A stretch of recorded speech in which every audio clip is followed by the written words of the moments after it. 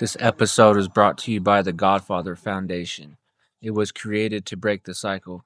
They want to empower parents and families by providing them with the tools and resources they need to be successful in recovery. They offer case management, peer support, educational classes such as budgeting, credit repair, parenting, job referral, application assistance, cooking, and fentanyl awareness. They are very excited to start this new I Am Not Okay meetings in January. They will be holding these meetings every day. It is okay not to be okay, and you are not alone. These meetings are for everyone in the community that would like some extra support in their lives. They encourage participation from other groups. This is not a class meant to replace weekly groups, therapy, or any medical advice.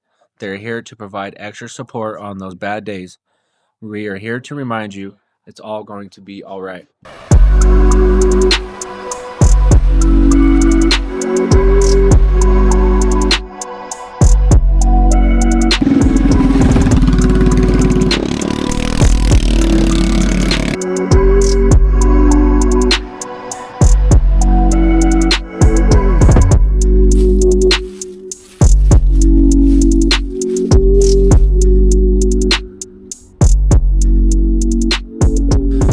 Welcome back to another episode of Evolve and Prosper, where we are aiming to bring you different perspectives of how to recover, whether that be from drug addiction, mental health, or just overall times that life throws at us that seem to be impossible at the time to overcome.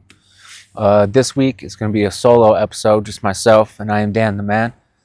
But I thought this would be a great opportunity for me to share kind of the idea of this channel, where it came from, what the name means, what the name came from, and, just the overall vision or goal of it. And so, we'll just start at the beginning. Evolve and Prosper. Man, and kind of give a little backstory about myself. I was a heroin addict from age 18 to 25, in and out of the system, even as a juvenile. Got into the system for just being a knucklehead, and throughout high school, just was wanting to party all the time, and that's all that was important to me. School wasn't important. All the things that we're supposed to be doing as a teenager to set ourselves up for adulthood or what comes next after high school, I was doing the complete opposite. Going out every weekend, getting into trouble and partying was way more important than the things I was supposed to be doing during the week, like going to school and set myself up. So I kind of feel like that's what started my addiction, was not taking anything too seriously besides the party, and that progressed fairly quickly. As soon as I turned 18, I started doing heroin, and once that took over, that's all that mattered, was just getting better as far as like when I was dope sick or whatever, and just chasing that for at least until like 25. Went to prison for it, got out in 2015 after going back and forth on violations year after year after year. Got out in 2015.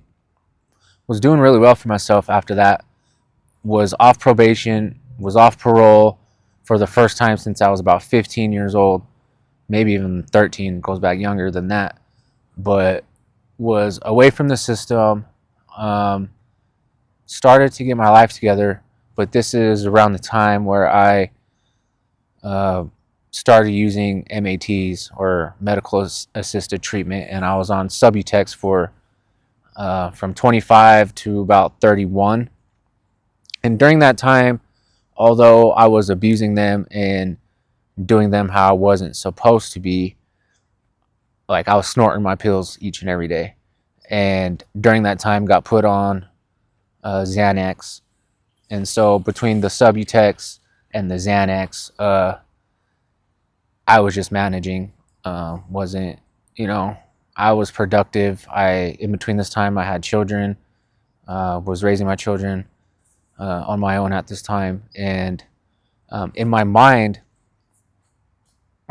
I was doing good because I was going to work every day, getting up, taking care of the kids every day, handling my responsibilities each and every day. But inside, I was slowly dying, I guess you would say, or not even dying, but wanting help, wanting to get off the MATs. But just like any opiate, even though it's designed to help people get off of opiates or whatever, I got on it when I wasn't even coming off of opiates. So my body became addicted really bad. And with those things, the half life in them, uh, it keeps building up and compounding. And so when it's time to come off of them, the withdrawals and what you go through coming off of Subutex and Xanax, I feel like is what got me. Is I can't even describe it. It's like coming off of opiates times 10, and it was miserable. So around the age of 31, um, I tried my best to come off of them and quit cold turkey, which was a mistake. Um, After about 2 weeks, and that's no bullshit. After about 2 weeks, I couldn't take it anymore, and I just wanted something to help me get through it. Well, my addict mind was like, oh, well, then let's do some meth. Let's start doing meth, and that will help us. We'll just stay up for, a few days, and yeah, we won't even feel the withdrawal. Well, that was probably the dumbest decision I've ever made, because that opened a whole new door of addiction and a whole new life and realm of the streets, or whatever, however you want to call it. In that world, it opened up a whole new door that I've never experienced before. And I went on a crazy run with methamphetamine, and just like anything else, like it progressed really quickly. During that like 6 or 9 months that I was using, I went to rehab for 28 days, got out, um, and was high on meth again that night. So back in March of 2022, I believe, I was up all weekend prior to that day. It was March 25th, I believe, 2022, and I just remember driving around that day homeless. All my stuff was in storage, and I was questioning everything and everybody around me. And I just remember my moment of clarity on my way to my storage, and telling myself, like, man, I can't take this anymore. And so from that day forward, completely stopped. I didn't go to rehab. I had opportunities to go to rehab, but I wasn't ready to go. And the times in the past where I have been in rehab, something about it just didn't click with me. It's not that I wasn't ready. It's not that I, wasn't being honest with myself or whatever, because that wasn't the case. It was just the things that were being taught didn't help me and didn't connect with me. So this time around, I knew rehab wasn't an option. I knew that I had to figure something out on my own. And that's kind of where the foundation, or the first seed of starting this podcast came. Prior to starting this podcast, I published an ebook called The Beehive Fiend. And in that book, I go over the steps that I implemented for myself, because with my long history with addiction and my long history of in and out of rehabs, the one thing that I've learned is not everything works for everybody the same that it does for the rest of the people, or if that even makes sense. But I just know that as addicts, and even like with mental health, or just shit life throws at us, that we have the ability to get through it, and we've been through enough shit that we have learned along the way that we know what to do. It's just a matter of doing it, and it's a matter of being honest with yourself and aware with yourself to know that using isn't an option anymore. So when I was trying to come up like with the name of like my t-shirt brand or this podcast, like the universe kept showing me little signs like evolving, like everybody needs to evolve in order to change. And so that's where evolve comes from. And prosper comes from not, I mean, we all want to live in prosperity, but prosperity starts with um, being at peace with ourselves, being okay with the choices in our past, and being able to move forward and grow and evolve and find peace and prosperity in this life, because we've been through enough, we've put ourselves through enough. So learning to love yourself and learning to change and learning to evolve into a better human than we once were when we were using or out running around, just making all these knucklehead decisions, learning to evolve from that person into who we want to be. Because living that lifestyle, you find out pretty quickly that you lose everything very quickly, and the only options are prison or jail or death. We've all have lost somebody due to addiction, and that doesn't make us feel good, especially when we feel like we had an influence on that. So not only do we owe it to ourselves to overcome these challenges or these choices, but we owe it to those that support us, that are around us. We owe it to those that aren't here anymore to be able to do it for themselves. So my vision and like my goal with this channel is I want to interview anybody and everybody that has been through addiction or that suffers with mental health, that got around the corner, or that came up in a different city, that had a different perspective with harsher conditions, but they found a way out of it. There's so much power in that, and I feel like by sharing success stories and sharing the different perspectives on what worked for this individual that might not have, that tried a certain way before or tried to do it by the book of how they say we got to do it, to just put these stories out there that we can make it. There's no right or wrong way how to do it. Well, there is a wrong way, and that's just making the same choices over and over again, expecting different results. But there's no right way to do it. Like, how you choose to do it should be your choice, and whatever that looks like for you. And so I just feel like sharing these stories and doing these interviews and getting different perspectives on it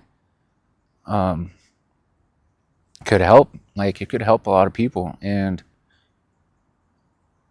I just know, like, the traditional ways of doing things didn't stick with me. And if you're able to look at my life to where I'm at now from my last relapse, I'm sure a lot of people would say, like, oh man, he's not doing it the right way, or he's going to end up failing. But at the end of the day, like, it's me versus me, and it's you versus you when it comes to this addiction thing. And it just comes down to, have I had enough? Like, am I done? Like, I can't give any more of myself to this substance or to this needle or to this pipe, because it's crumbling everything around me. And it's having a tremendous effect on our families, on our kids. And that's another thing too. Like, this addiction thing, I feel like, is a curse. And it's on us as parents to break this curse so we don't keep making it generational and keep making it our kids' problem. So yeah, I just think that it is important to give people their flowers that have overcome challenges, because it's easy to just give up. It's easy to just, oh, fuck it. Like, I've been to jail or prison before. Like, it ain't no thing to go back. But as time goes on and life goes on, like, we have these babies to take care of, and we have, we just owe it. We owe it to ourselves to find out what we're really made of, and sticking yourself with the needle or twisting a pipe, that's not what we're made for. That's not what we're here for. So yeah, if you have subscribed to the channel, we appreciate it. If you or anyone you know that would be willing to come on and share their story and share their perspective on what recovery is to them, please reach out to us. I'm going to be getting some interviews lined up for the next coming weeks, but I just wanted to jump on here today to drop something, to stay consistent and to just hold myself accountable, man, because as an addict or an ex-addict, I mean, I guess I'll always be an addict because those thoughts still like enter my mind, but it's easy to get into routine and it's easy to stay consistent. But once something comes up, it's also easy to just say, fuck it, like I'll do it tomorrow, and procrastinate. So yeah, I just owe it to myself and those that have subscribed to the channel. I appreciate it. If you'd like to help show some support, you can go to our website, evolveandprosperapparel.com. And I just look forward on this journey and sharing all your guys' stories and getting your perspectives on recovery, mental health, and just life alone, man, because it can be hard. And it seems nowadays there's a lot of shit going on that kind of just drains all of us. So I feel like this is me trying to do my part to make things better, I guess. I don't know. Yeah, I don't know. But I do feel like it's really important to give people their flowers and be able to, again, just show different perspectives on how to recover and what worked, what didn't work for the people behind us that probably are struggling. They want a way out, but they don't know how to do it. They've been to rehabs, but it didn't work for them. Or maybe they want to go to rehab, but they just don't know what to expect. So I just hope this channel reaches the right people at the right time. And until next week,